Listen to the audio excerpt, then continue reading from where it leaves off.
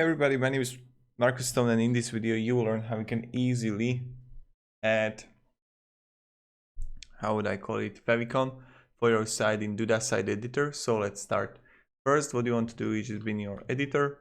Now just click settings, and in settings you're gonna see Favicon, the icon that appears next to the page title. Okay, click image. Let's upload.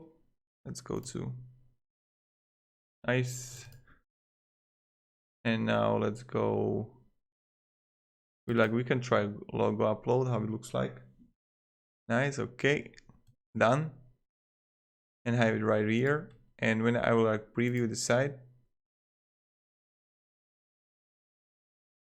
okay, it's saving the changes, and this is how we got it. So right now, when I don't think in editor that we are going to see the different. Yeah, when you're gonna publish the site, you can eventually see the favicon changed. I will need to choose a domain now, I guess. Yeah, but this is how you do it. Thank you, have a great day, and see ya. Goodbye.